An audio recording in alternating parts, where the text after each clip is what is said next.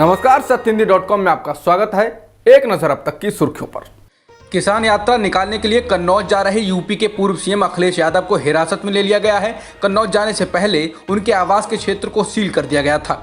अखिलेश ने कहा कि उनकी गाड़ियों को जब्त कर लिया गया, जिसके बाद वो पैदल ही आगे बढ़ने लगे।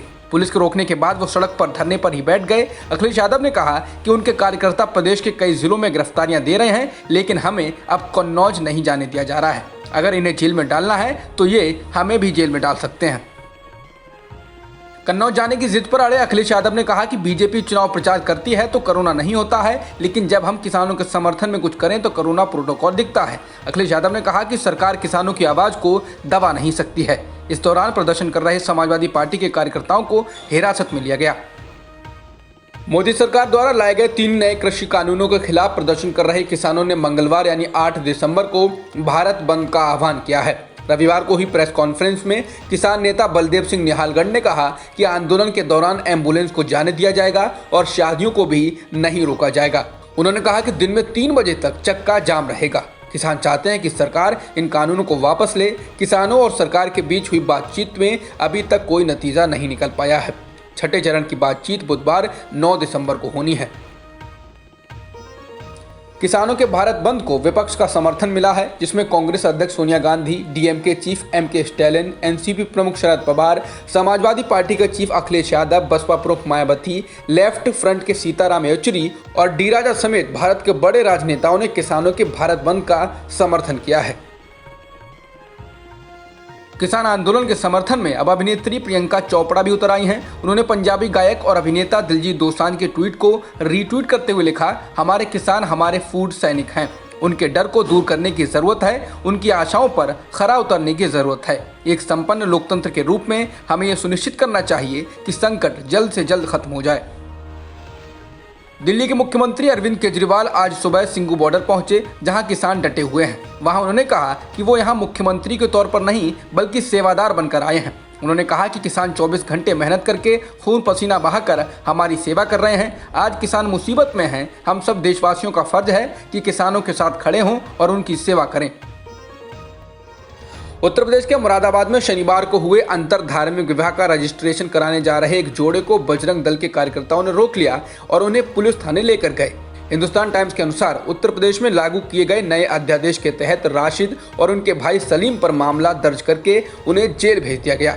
इस घटना का एक वीडियो वायरल हो रहा है, जिसमें गले में भगवा गमछा बांधे बजरंग दल के कार्यकर्ता महिला से कांठ पुलिस थाने में सवाल कर रहे हैं। एक कार्यकर्ता पुलिस से पूछ रहा है, हमें डीएम की अनुमति दिखाओ कि तुम अपना धर्म बदल सकती हो।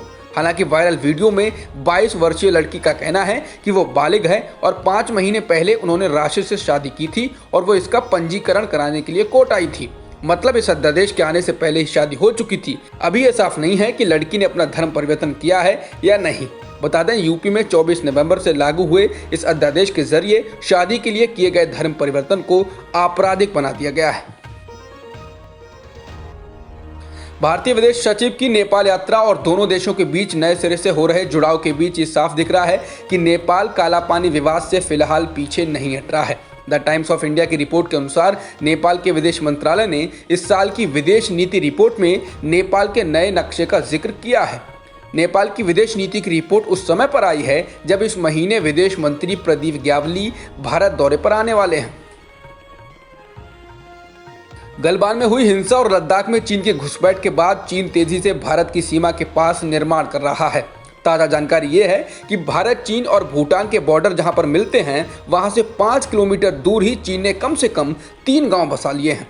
ये अरुणाचल प्रदेश का पश्चिमी इलाका है, जहां चीन लगातार इस तरह की हरकतें कर रहा है। पिछले महीने ही ये खबर आई थी कि चीन ने भूटान की सीमा के करीब 2.5 किलोमीटर अंदर एक गांव बसा लिया है और 9 किलोमीटर तक एक सड़क बना ली है। नए संसद भवन के निर्माण वाले सेंट्रल विस्टा प्रोजेक्ट को लेकर सुप्रीम कोर्ट ने सोमवार को सख्त रुख अख्तियार किया है। शीर्ष न्यायालय ने कहा कि जब तक सुप्रीम कोर्ट कोई फैसला ना सुना दे, तब तक कोई निर्माण या कुछ भी तोड़फोड़ नहीं होनी चाहिए। अदालत ने सॉलिसिटर जनरल से पूछा कि आपने प्रेस रिलीज जारी कर निर्माण की तारीख तय की है। सुप्रीम कोर्ट ने कहा कि आगे इस पर कोई काम नहीं होना चाहिए। शिलान्यास से हमें कोई परेशानी नहीं है, लेकिन कोई निर्माण का काम आगे नहीं होना चाहिए। बता दें 10 दिसंबर को पीएम मोदी इसका शिलान्यास करेंगे। रिपब्लिक टीवी और अर्नब गोस्वामी को सुप्रीम कोर्ट से राहत नहीं मिली है। सुप्रीम कोर्ट ने रिपब्लिक टीवी के खिलाफ सभी एफआईआर को रद्द करने और जांच को सीबीआई को ट्रांसफर करने की याचिका पर सुनवाई करने से इनकार कर दिया। कोर्ट ने कहा कि यह याचिका थोड़ी महत्वाकांक्षी है। याचिका में कहा गया था कि सभी एफआईआर रद्द की जाएं और सभी मामलों को जांच के लिए सीबीआई को सौंपा जाए। इसके अलावा कोई संपादकीय और अन्य कर्मचारी महाराष्ट्र पुलिस द्वारा गिरफ्तार नहीं किया जाना चाहिए। सुप्रीम कोर्ट ने सोमवार को सूफी संत मोइनुद्दीन चिश्ती पर टिप्पणी के लिए पत्रकार अमीश देवगन के खिलाफ दर्ज एफआईआर को खारिज करने से इनकार कर दिया।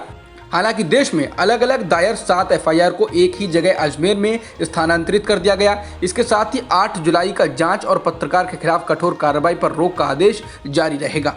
बता दें, अमीश देवगन ने 15 जून को अपने एक शो में सूफी संत मोइनुद्दीन चिश्ती के खिलाफ अपमानजनक टिप्पणी की थी। अमीश ने ख्वाजा मोइनुद्दीन चिश्ती, जिन्हें ख्वाजा गरीब नवाज जाना जाता है, को एक हमलावर और लुटेरे के रूप में बताया।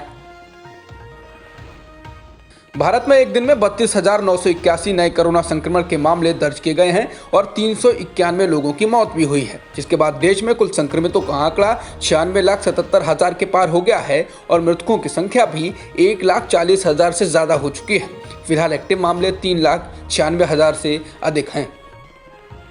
फिल्म अभिनेता सैफ अली खान ने रावण पर की गई टिप्पणी को लेकर माफी मांगी है। उन्होंने कहा कि उनका इरादा किसी की भावनाओं को ठेस पहुंचाने का नहीं था। बता दें, सैफ अपनी आने वाली फिल्म आदि पुरुष में रावण का किरदार निभा रहे हैं। वही अभिनेता प्रभास भगवान राम का किरदार निभा रहे हैं। इसी को लेकर सैफ ने एक अखबार को साक्षात्कार दिया था, जिसमें उन्होंने कहा था कि एक राक्षस राजा का किरदार निभाना बहुत दिलचस्प है, लेकिन ये कम सख्त है। हम इसे दयालु दिखाएंगे, जिसमें मनोरंजन भी होगा और वो किरदार सीता के अपहरण का उचित कारण बताएगा कि युद्ध राम के साथ बदला लेने की वजह से हुआ, क्योंकि लक्ष्मण ने उनकी बहन शूर्पणखा की नाक काटी थी। जिसके बाद सोशल मीडिया पर कई यूजर ने उनकी इस टिप्पणी को हिंदुत्व का अपमान बताया। इसके साथ ही कई लोग फिल्म के बहिष्कार की अपील करने लगे थे। सऊदी अरब के प्रिंस तुर्की अल फैसल ने रविवार को ही बहरीन सिक्योरिटी समिट में इजरायल की कड़ी आलोचना की है। उन्होंने कहा, इजरायल ने सुरक्षा कारणों का हवाला देते हुए फलस्तीनियों को कैद में रखा, जहां बुजुर्ग, आदमी, औरतें बिना किसी इंसाफ के एक तरह से सड़ रहे हैं। वो घरों को गिरा रहे हैं और चाहे जिसकी हत्या कर रहे हैं। प्रिंस ने इजरायल के परमाणु हथियारों के अघोषित जखीरे और इजरायली सरकार की सऊदी अरब को कमजोर करने की कोशिशों की भी भर्त्सना की। इजरायल के विदेश मंत्री गाबी अशकेनाजी इसमें ऑनलाइन शामिल हुए थे। इस घटनाक्रम से अरब देशों और इजरायल के बीच आगे किसी बातचीत की राह में चुनौतियां सामने आ सकती हैं। अब तक की खबरों में इतना ही। बाकी खबरों के लिए बने रहिए सत्यहिंदी.com के साथ। सत्य हिंदी का ऐप डाउनलोड करें गूगल प्ले स्टोर पर।